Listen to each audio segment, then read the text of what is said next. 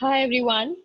So we are continuing to do discriminant function analysis, and this was the data set which we started with, and we're looking at the group memberships of the dependent variable that was buyer, of which the category 1 represented the person who would purchase the bike, and category 2 represented the one who would not purchase the bike.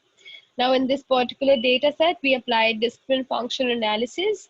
And before that, what I did was I left some portion of my sample to hold. So basically, I performed the discriminant analysis on only first 40 observations, and I left the rest 40 out of my estimation, which is why I call the first 40 as the estimation sample and the next 40, that is 41 to 80, as my holdout sample. But you must be wondering that after I had actually come up with this discriminant analysis on my first 40 observations, as you can see it was on 40 observations, what was the point of now ultimately doing a sort of validation using these results which you obtained on my holdout sample, that is the next 40? Now, for that, I want to draw your attention to the key classifying equation, that is a discriminant equation here. So, canonical discriminant function coefficients, as you can see, this particular table provides you with the discriminant function such that all of these are the coefficients, and this is the intercept term, which is going to make the discriminant function. Now, once you have the data of your customer who is stepping into the showroom on his score of durability, performance, and looking, you can come up with a discriminant score of that person, or maybe that customer, whatever you wish to call it. So once you have that score, now using the guiding rule guided by the centroids, we can actually classify that customer to either lie in group 1 or group 2. That is, either he would purchase the bike or not purchase the bike. So for that, what I want is to utilize this particular information. Okay, so I want to utilize this particular information in classifying my holdout sample. Okay, holdout sample being the latter 40. So for that, what we do is we are going to substitute these values such that I will make an equation. So the equation is like DI, that is the discriminant score, is equal to minus 3.021 plus 0.056 into the value for durability plus 0.026 into the value for performance minus 0.030 into the value of looking for bike.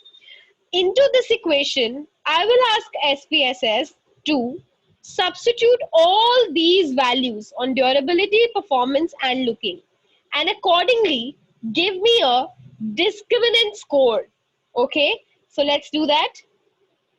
For that, you go to transform, compute variable, and write here the name of the variable you want. For example, I have written DIS score, that is discriminant score. And then click all here, click all. So I want to do it for all.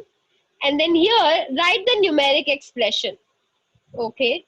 So because I've done it already, so it's showing up in this fashion. It's fairly simple to write using this particular keypad. So this is my discriminant function equation. If you notice, these particular coefficients are the ones who are entering here. So minus 3.021 plus 0.056 into you use asterisk and then you put brackets. So it's like this. So you have to put like this. So I'll write over here, you know. So we write like this, minus, I'll just show you how to multiply. So let's say 5 into, and then you give the brackets, then pass the variable which you want to multiply like this. Okay, so that's just way to tell you how to do this. So this is 0.056 into durability, just like here, plus 0.026 into performance, minus 0.03 into looking of the bike. So voila, that's your discriminant function.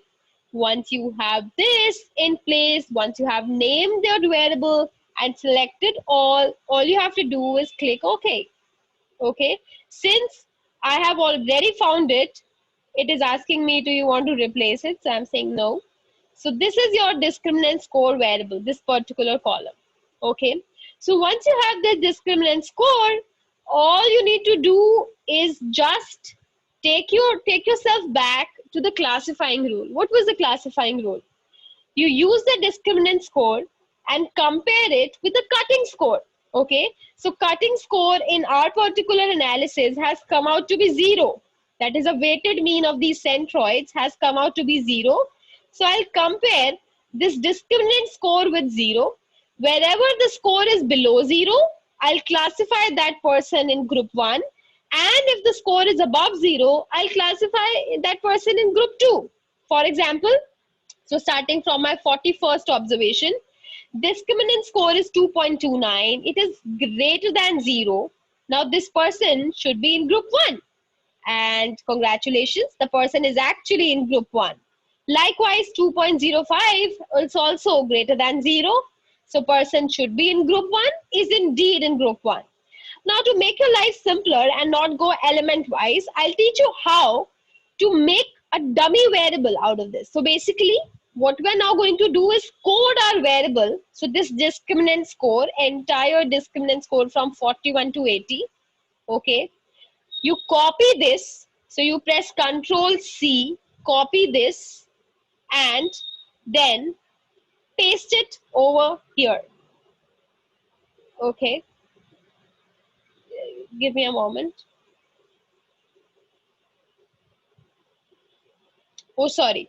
So what I'll do is that for all of these, I am going to make a code variable. So basically what I'll do is that for all the values which are lower than 0, I'll ask SPSS to code it to 1.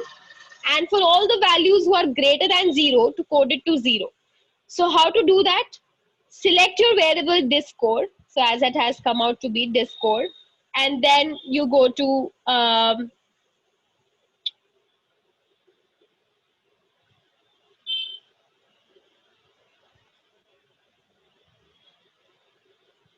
transform, then count value within cases, then make a target variable here. So this variable is going to show up in your data file like this, as it is already showing here, discore dummy. So write DISSCORE dummy, whichever name you want to give. So I'm making a sort of dummy variable that is a code. So I have named it as discore dummy. Then what should be your target variable? So basically, I want my target variable to be, D1. So that's just another name to look at it. And then numeric variable. So basically, now you need to give the discord you just created.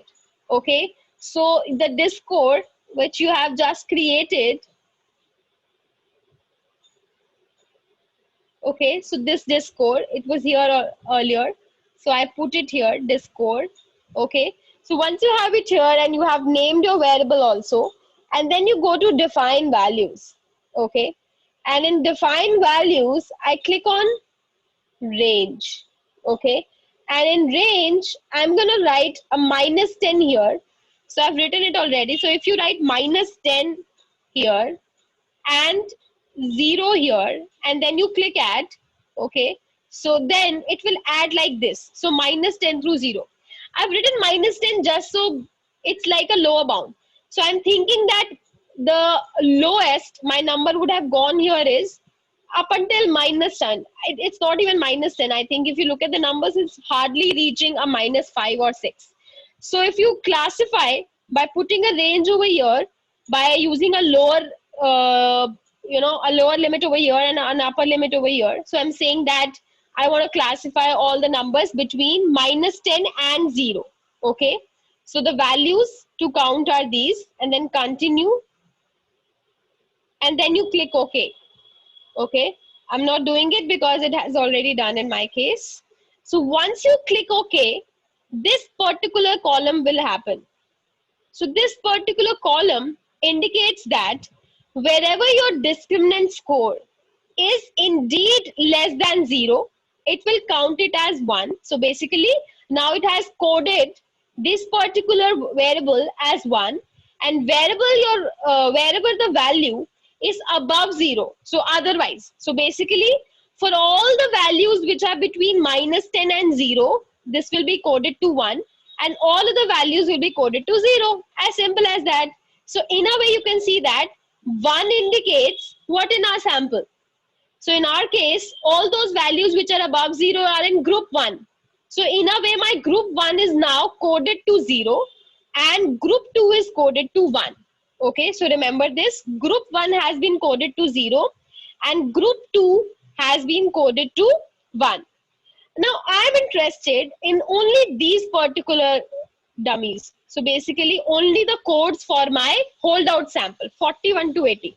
So you pick all these values and copy paste it here. So I've copy pasted all of them here.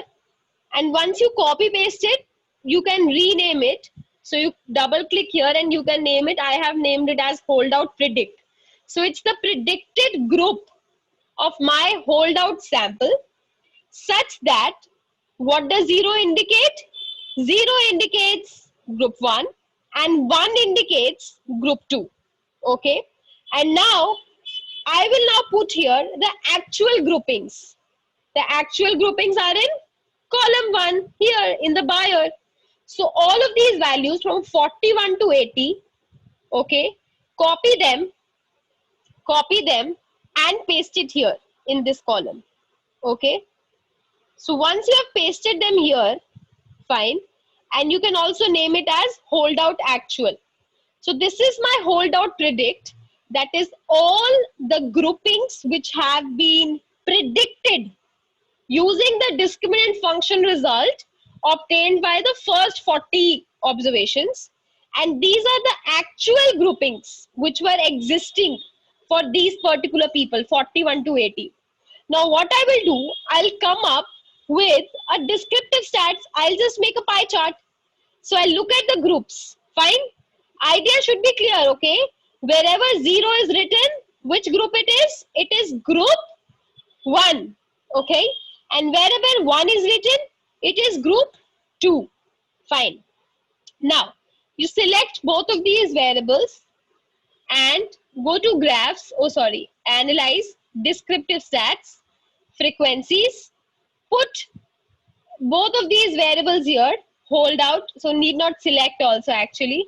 So hold out and hold out predict and hold out actual would appear over here, and then you have to put them here, and then in charts you select pie charts, continue, and you click OK. Okay.